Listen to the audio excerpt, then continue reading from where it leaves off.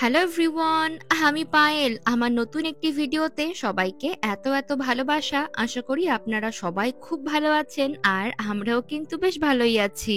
আজকে শুক্রবার, সকাল এখন 7:30 মতো বাজে। কাঞ্চন অফিস বেরিয়ে গেল বেশ কিছুক্ষণ আগে। আমিও উঠেছি, রান্নাঘরে যাব। তবে মিহি দেখবেন সে কি করছে। মিহি, মিহি, মিহি, আউ, আউ, আউ, আউ, আউ, আউ, আউ, আউ, আউ, আউ, আউ।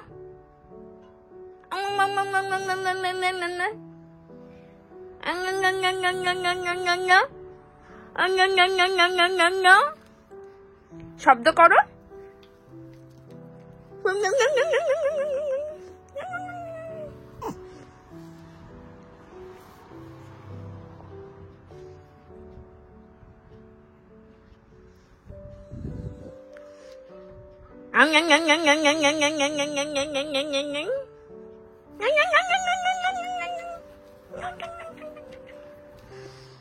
নুনটুরি, ও নুনটুরি, ও নুনটুরি, ও নুনটুরি।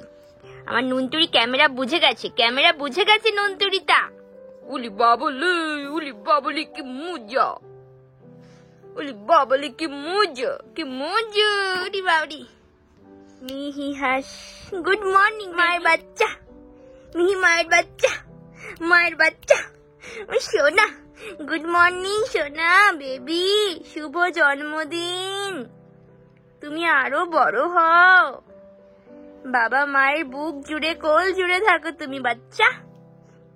এই বাচ্চা, এই বাচ্চা। সোনা, আই লাভ ইউ। সোনা বলো মামাকে, বলো আই লাভ ইউ টু মাম্মা।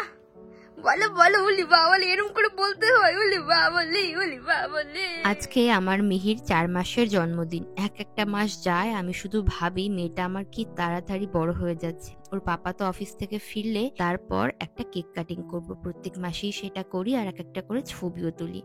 যাই হোক, ওর ক্রিব, আমাদের বিছানা সব সুন্দর মতো গুছিয়ে দিয়েছি, আর ওকে আবার ঘুম পাড়িয়ে আমি বাউন্সারে দিয়ে দিয়েছি। বেশ, চলুন এখন রান্নাঘরে যাই। যেটুকু ঘুমিয়েছে সেই ফাঁকে আমি অনেকগুলো কাজ সেরে নেব। মাছটা গতকাল রাতে বের করে রেখেছিল কাঞ্চন, বেশ সুন্দর মতো নরম হয়ে গিয়েছে। এটা হলো শোল মাছ, তবে এটা আমাদের দেশীয় বা প্রতিবেশী কোনো দেশের নয়। এটা হলো বরং ওই ভিয়েতনামি একটা মাছ। ভিয়েতনাম থেকে আসলেও এই মাছগুলো খেতে কিন্তু বেশ ফ্রেশ। আর শোল মাছ আমি জানতামই না যে ভিয়েতনামিসরাও খায়। যাই হোক, ওদের খাওয়ার ধরন হয়তো আলাদা। একই রকম মাছ বেশ সুন্দর পরিষ্কার করে কাটিং করে বিক্রি হয়। দাঁড়ান, প্যাকেটটা খুলে আপনাদের দেখাই ভেতরে মাছগুলো কতটা পরিষ্কার ভাবে ওরা বিক্রি করে। দেখুন কি দুর্দান্ত ফ্রেশ মাছগুলো, খুব ফ্রেশ। মানে ওই জ্যান্ত লাফাচ্ছে সেরকম তো বলা যায় না, যদিও ফ্রোজেন মাছ একটু স্বাদের পার্থক্য তো থাকে, কিন্তু তারপরেও যথেষ্ট পরিষ্কার। আর দেখুন কি সুন্দর, একদম আঁশ পাখনা এগুলো সব পরিষ্কার করে দিয়েছে। শোল মাছ একটু কালো হয়, তো সেই কালো ভাবটা ওরা সুন্দর করে পরিষ্কার করে অনেকটাই কমিয়ে এনেছে। সাধারণত আমরা বাঙালিরা মাছের তরকারিতে যেমন পিস পছন্দ করি, সেই রকম পিসও তো করা রয়েছে। মাছের পিসগুলো যথেষ্ট ভালো, তো আমি এখন সব পিসগুলোকে আর একবার ভালো করে ধুয়ে নিচ্ছি। ওই যে মনের শান্তির জন্য আর একবার চেক করে নিচ্ছি কোনো আঁশ এখনো মাছের গায়ে লেগে আছে কিনা। সবগুলো একবার ভালো মতো চেক করে দেখব, তারপর হালকা গরম জলে নুন দিয়ে ধুয়ে চলুন নুন হলুদ মাখিয়ে ভাজতে বসাই। এই শোল মাছটা 1 বছর আগে বেশ কয়েকবার খেয়েছি, তবে ওই যে মাঝের 1 বছর প্রেগন্যান্সির কারণে আমি যেহেতু লাল ঝোল তরকারি একেবারেই নিতে পারতাম না, তাই এসব আনা বাড়িতে বন্ধ ছিল। আর মিহি যখন একেবারেই ছোট ছিল, ধরুন ওই 1-1.5 মাস, তখন তো একেবারেই বন্ধ ছিল। তার কারণ ওকে রেখে এই এত মাছ পোনা সময় ধরে রান্না করা, বেছে কুটে সেগুলো একেবারেই সম্ভব হতো না, তাই কিছুদিন বিরতি ছিল। এখন মাঝে মাঝে এরকম মাছ আনা হবে। আর এমনিতেও এই দেশে যেহেতু এরকম পরিষ্কার পরিচ্ছন্ন ভাবে মাছ বিক্রি হয়, তাই আঁশওয়ালা মাছ আর বাড়িতে আনাই হয় না। মানে ওই সুবিধা পেলে মানুষ যা হয় আর। যাই হোক, সেসব অন্য কথা। এখন চলুন, কড়াইতে বেশ খানিকটা সাদা তেল নিয়েছি, একটু বেশি করেই নিয়েছি। তার কারণ এই শোল মাছ যেহেতু একটু কাদাযুক্ত মাটির মাছ, তাই এদেরকে একটু কষিয়ে বা বেশি কড়া করে না ভাজলে, রান্না করলে সেটা খুব একটা ভালো লাগে না, একটা উগ্র গন্ধ তো থেকেই যায়। এই কারণে এই শোল জাতীয় যে কোনো মাছ বাড়িতে এলে আমি বেশ কড়া করে ভাজি। আজকে লাউ থাকলে বেশ জমে যেত। আমার মা, শাশুড়ি মা, ওনাদের দেখে এই শোল মাছের মাথা বা লেজ এসব দিয়ে লাউ দিয়ে অল্প মশলায় একটা তরকারি বানান, ওটা দুর্দান্ত খেতে লাগে। শীতের দিনে একটু ধনিয়া পাতা ছড়িয়ে দিলে আরো জমে। যাই হোক, এখানে তো সবসময় লাউ পাওয়া যায় না, তাই আলু বা অন্য কোনো সবজি ভরসা। মিহি যেইটুকু সময় ঘুমিয়ে থাকে এইটুকু সময়ের মধ্যে ভীষণ দ্রুত রান্না করতে হয়। যেটুকুনি তেল অবশিষ্ট ছিল তার মধ্যে আমি ফোড়ন দিয়েছি গোটা 2টো শুকনো লঙ্কা আর একটুখানি সাদা জিরে। মাছের ঝোলের আলু তাই একটু লম্বা লম্বা করে কেটেছি। এবার সবকিছু একসাথে ভেজে নেব। কিছুটা ভাজা হয়ে এলে তারপরেই না হয় আমি মশলাগুলো অ্যাড করব। আগেও তো বলেছি আলু সহ এখানকার সব সবজি বেশি ভেজে রান্না করলে একেবারে শেষ হওয়া পর্যন্ত সেটা আর আস্ত থাকে না। তাই অল্প কিছুক্ষণ ভেজে নিয়ে আমি এর মধ্যে একটা মশলার পেস্ট বানিয়েছিলাম সেটা দিয়েছি। মশলার পেস্টের মধ্যে দিয়েছি এক টুকরো আদা, একটু গোটা জিরে, কয়েকটা কাঁচা পাকা লঙ্কা আর তার সাথে একটুখানি শুকনো লঙ্কার গুঁড়ো অ্যাড করে দিয়েছি। বেশ সুন্দর মতো তেল উঠে আসার পর মশলাগুলোর সাথে আমি এখন এই ভাজা মাছগুলোকে একটু মাখিয়ে নেব।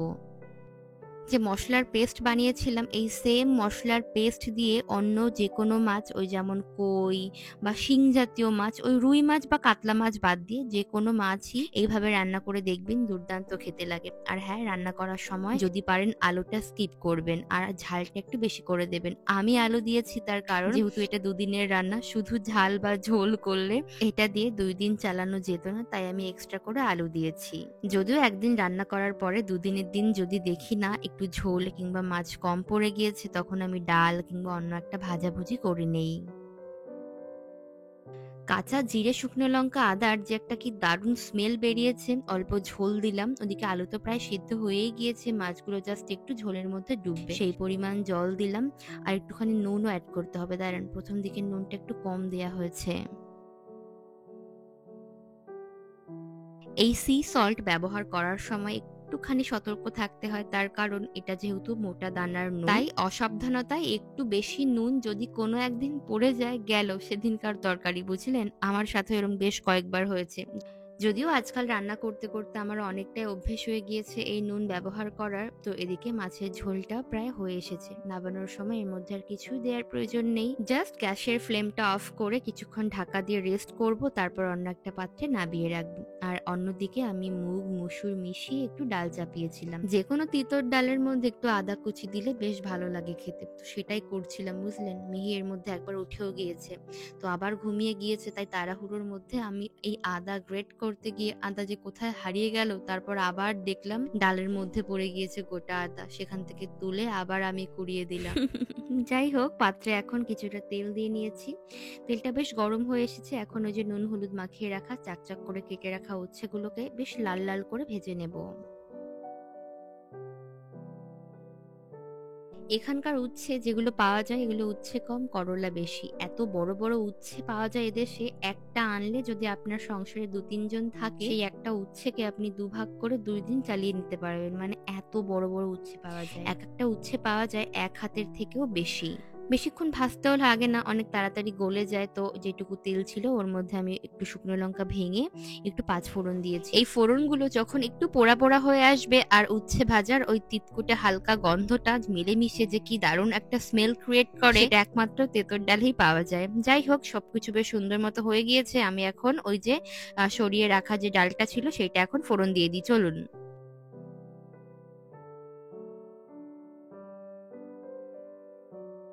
এক পাশে ডালের ফোড়নটা ঢেলে দিয়ে আমি অন্য পাশে সব কাজগুলো সেরে নেব। ওই যেমন কিচেন ক্লিনিং, গ্যাসগুলোর ওভেনটা পরিষ্কার করে দেয়া, কয়েকটা বাসন পড়ে রয়েছে সেগুলো মেজে ফেলবো। এই ডাল হওয়ার অপেক্ষায় আর থাকবো না, তার কারণ মিহির ঘুম থেকে ওঠার সময় প্রায় হয়ে এসেছে। আর আজকাল একটা বিষয় খুব খেয়াল করছি, দেখছি মিহি ঘুম থেকে ওঠার পর প্রথমে এদিক ওদিক একটু বড় বড় চোখ করে তাকাবে, তারপর যখন বুঝতে পারবে যে না ওর পাশে কেউ নেই, তখন শুরু হবে ওর কান্নাকাটি আর চেঁচামেচি। মিহি ঘুম থেকে উঠে যাবার পর ওকে একটুখানি আদর করলাম, চুপচাপ শুয়ে রয়েছে। এদিকে আমি খাবারটা খেয়ে নিয়ে ওকে নিয়ে যাব স্নানে।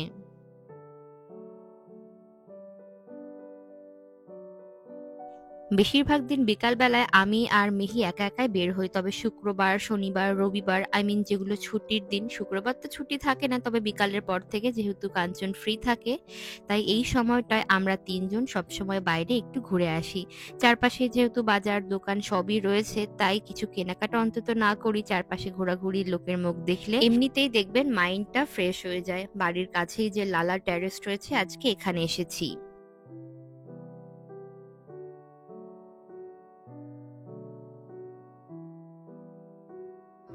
মিহি, মিহি, উড়ি বাবারে, উড়ি বাবারে, উড়ি বাবারে, পাপা কি বানানা কিনছে? বানানা কিনছো? বানানা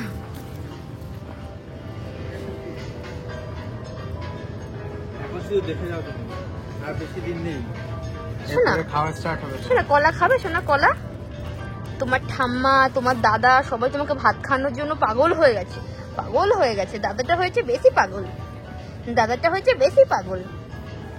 তুমি ঠাম্মার হাতের রান্না খেতে চাও?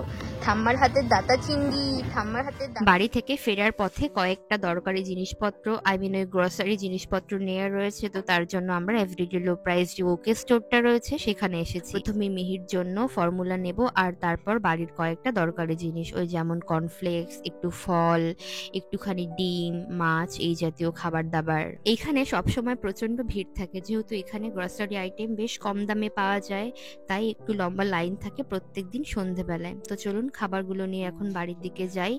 দেখা হচ্ছে পরবর্তী নতুন ভিডিওতে। সবাই খুব ভালো থাকবেন, সুস্থ থাকবেন। Tata, bye bye.